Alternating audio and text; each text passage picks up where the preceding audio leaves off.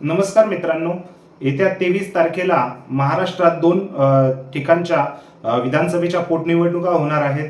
बारामती येथे अजित पवार यांच्या निधनाने तर राहुरी अहिल्यानगरमधील राहुरी विधानसभेमध्ये भाजपचे आमदार कर्डिले यांच्या जाण्याने या रिक्त झालेल्या जागांवर पोटनिवडणूक होणार आहे.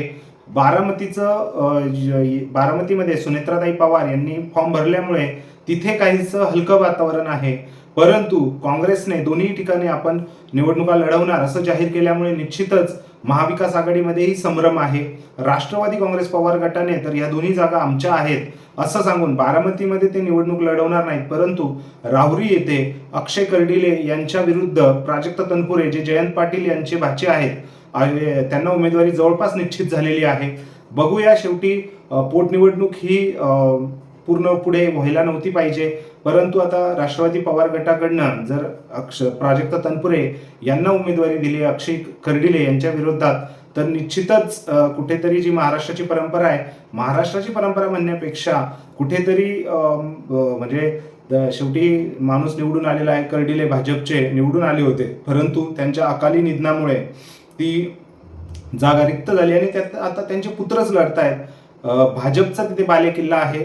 भलेही 2019 साली प्राजक्त तनपुरे तिथे निवडून आले होते, परंतु अक्षय कर्डिले यांचे वडील ते निवडून आले होते 2024 साली आणि आता भाजपही आपला जोर लावणार आहे.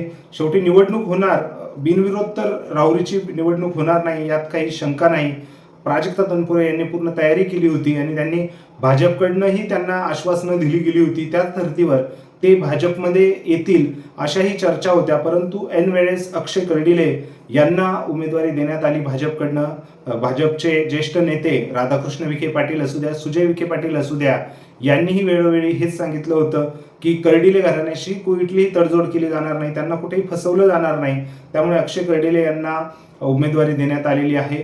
बघूया, आता प्राजक्त तनपुरे यांनी फॉर्म भरल्यामुळे कुठेतरी ही जी बिनविरोध निवडणूक होईल असं वाटत होतं, ती आता होणार नाहीये आणि ती न झाल्यामुळे निश्चितच पुन्हा राष्ट्रवादी काँग्रेस, शरद पवार गट आणि भाजप हा एक संघर्ष अहिल्यानगर जिल्ह्यामध्ये पाहायला मिळेल.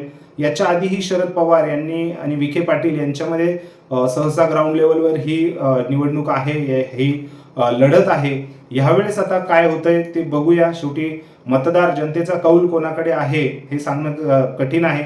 तुम्ही जर राहुरी विधानसभा मतदारसंघातील असाल किंवा राजकारणी, तुम्हालाही राजकारणात इंटरेस्ट असेल, तर निश्चितच सांगा. जर राहुरीमध्ये प्राजक्त तनपुरे हे राष्ट्रवादी काँग्रेस शरद पवार गटाकडनं लढले आणि अक्षय कर्डिले हे भाजपकडनं लढतायत, तर या दोघांमध्ये कोणाचा विजय होईल आणि का, कुठले फॅक्टर हे दोघांच्या एकमेकांच्या बाजूने आहेत हे नक्की कमेंट सेक्शनमध्ये कमेंट करून व्यक्त करा.